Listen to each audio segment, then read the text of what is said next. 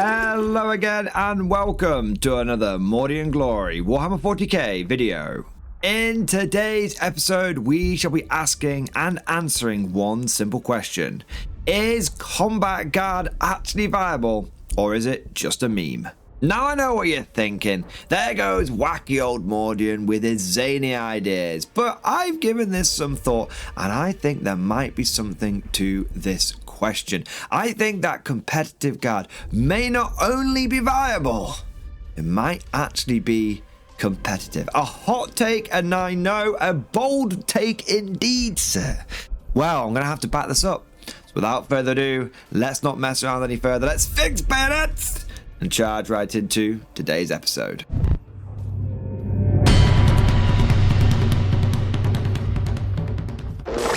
First things first, let us define what we mean by Combat Guard. It's fairly straightforward, it's fairly obvious, but the idea behind this playstyle is that we are going to be trying to get into melee combat with our enemies. We are going to be taking the fight to them. But there is a little bit more to it than that.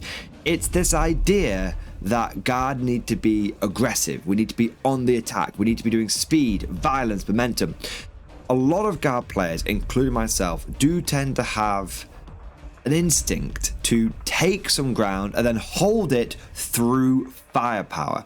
But this can lead to a somewhat more static play style. Not necessarily a full gun line where you just sit in deployment zone and blow everything off, although that is something that a lot of Guard players like to do, but rather you march forward, you take a certain part of the board, and then you struggle to advance past that point because you've more focused on firepower. By focusing on firepower, you always have to keep the enemy at arm's length because if they get close to you, that's probably where they have the advantage over you.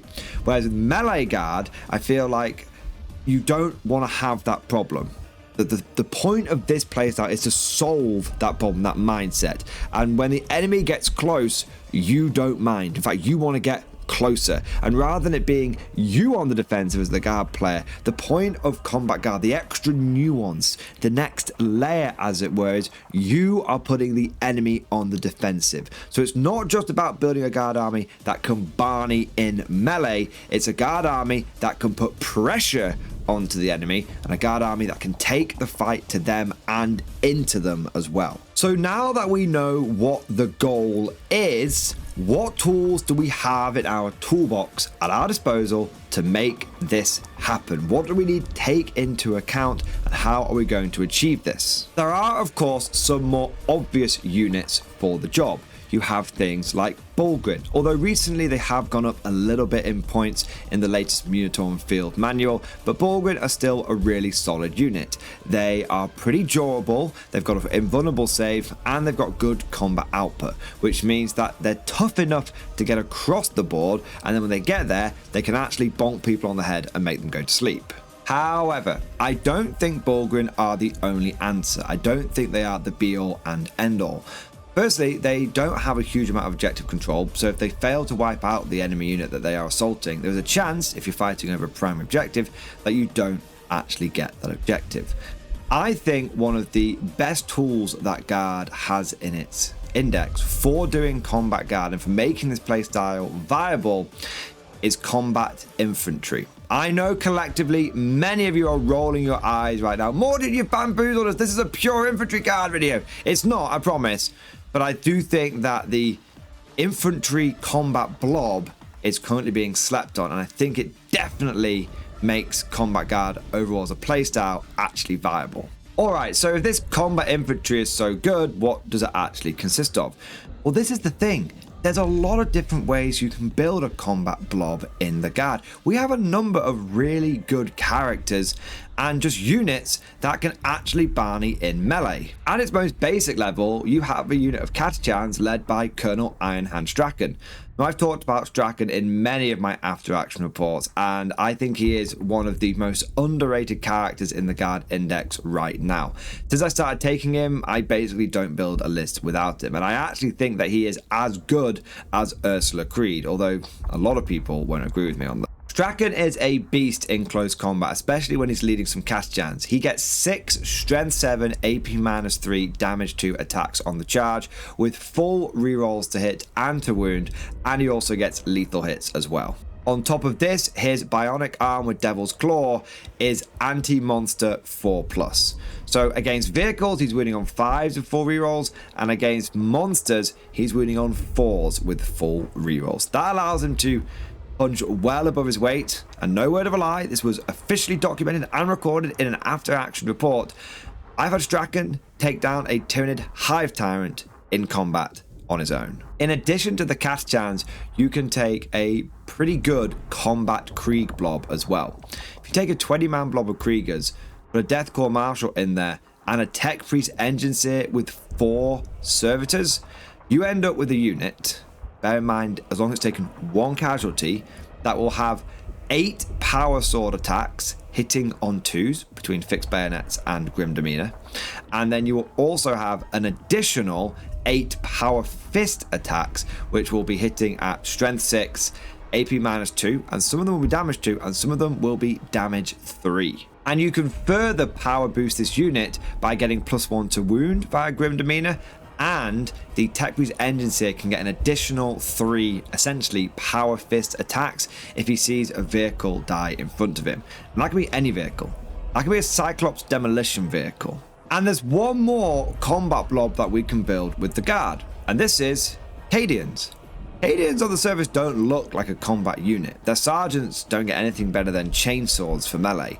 But it's not about the main Cadian Shock Trooper blob, it's about what you can add to it.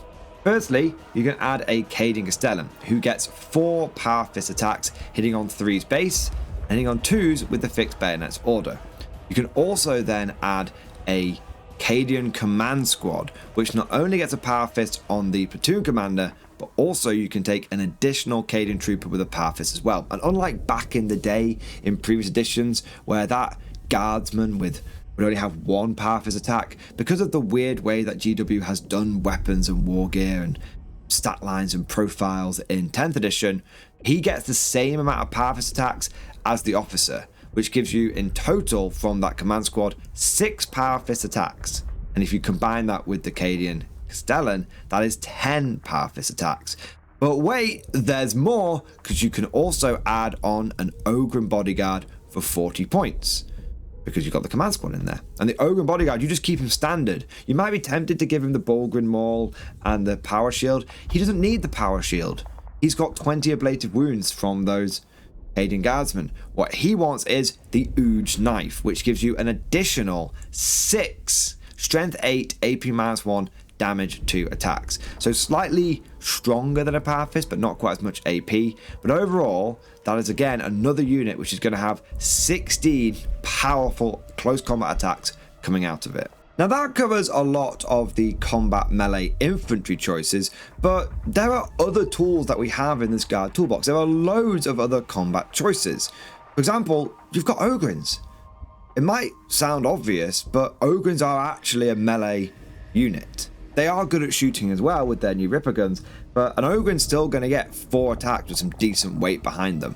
I think most people forget about Ogrins just because Bulgrins are the obvious choice, but don't dismiss them.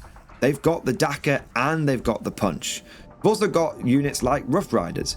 Now personally, I think Rough Riders and Death Riders are more like fast recon units, but at the end of the day, you get those Rough Riders, you give them a good charge, they've got Lance on their Lances, that does give them some extra wounding, they've got the Melter as well, you can give them the +1 to hit with Fixed Bayonets, so there is definitely some punch behind them. And last but certainly not least, you have things like Sentinels.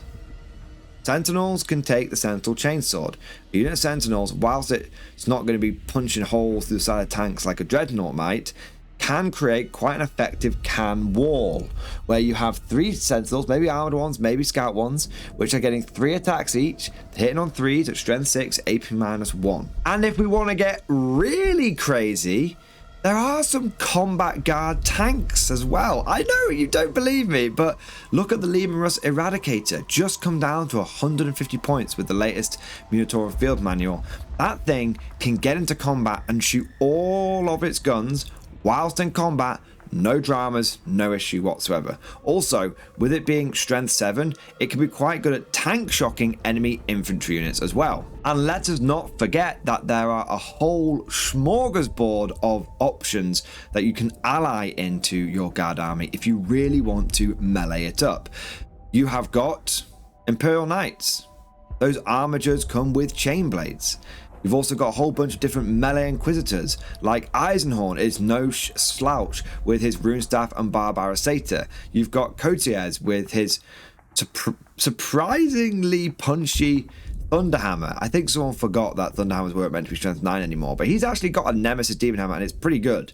Kyria Draxon's got a Power Fist as well, and let us not forget that the Inquisitorial Henchman Blob is not only phenomenally durable with -1 to hit and a 5+ invulnerable save thanks to the Demon Host, but you've also got 3 attacks coming out of each one of those henchmen. You've got an Eviscerate from the squad, and the Demon Host has the Warp Grasp as well.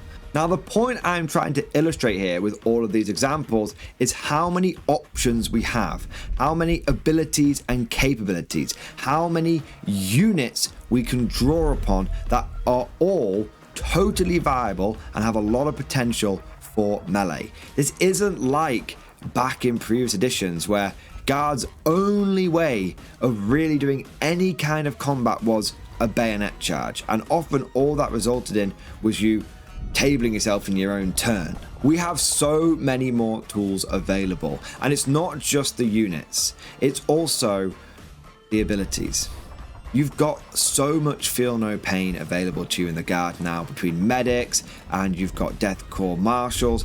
Every unit that you want to have a feel no pain can pretty much have a feel no pain. In addition to this, we're no longer trying to bayonet charge enemies with 10-man squads with like a single power sword in it. No, we've got the volume, we've got the mass, which allows us to absorb casualties and then get into close combat. Last but certainly not least, even our orders have been changed to accommodate and make this playstyle a bit more viable. Move back in the day in 8th edition, I'm not really counting the 9th edition codex because it was only around for 3 months, I'm still salty about that, but move used to essentially force you to do another move and advance, and if you advanced you couldn't charge. Well, now move is just +3 to your move characteristic. That's an extra 3 inches. That gets you close. That makes charges all that more viable. Back in the day, in the old 8th edition book, you'd have to move 6 inches, and that often meant that if you were gonna charge or get into melee, the enemy was more likely to get the drop on you than you were to get the drop on them, and you would be trying to do these desperate long bomb charges. Also, the way fixed bayonets has been changed to no longer mean that we can shoot whilst in combat like the old Destroying Order, or we can fight whilst we're in our shooting phase. All of that bollocks is gone now, because those orders didn't really help all that much, because often back in the old days you wouldn't make it to the second round of combat, and still in 10th edition rarely do combats go on for more than 1 round unless both sides think they've got an equal chance of grinding out and winning the fight.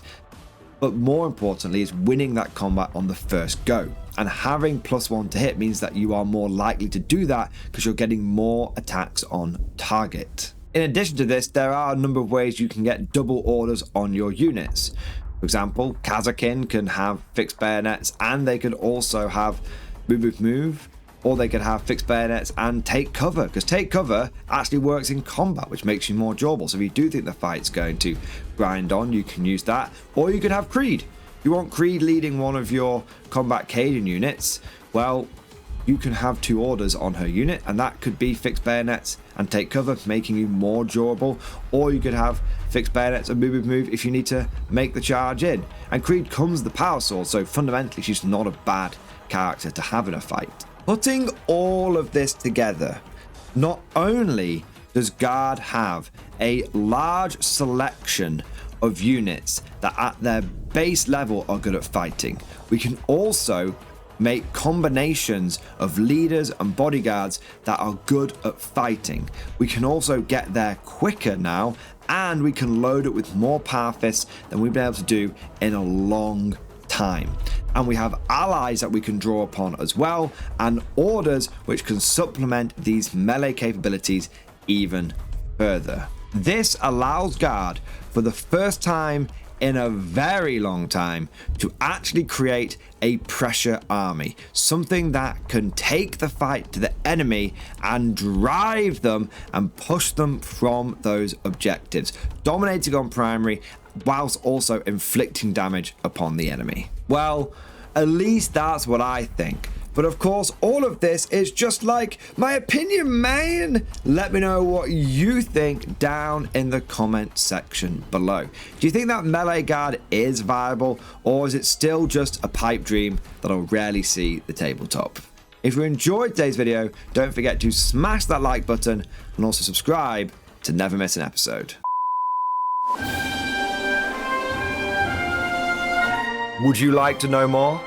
If so, then please consider becoming a channel member or patron. By supporting the channel, not only will you be doing your part, but you'll also be helping me create more content for your viewing pleasure and unlocking a whole host of perks. You get everything from a badge next to your name, custom emojis, but the big one is access to the Mordian Glory Discord server, an online community with almost 2,500 active members. It's always popping off in the MG Discord. We've got channels for army lists, hobbying, tactics, stories, and even a pretty spicy meme section as well. For all you greenhorns that wanted to see the Mordian Glory Hole, today is your lucky day.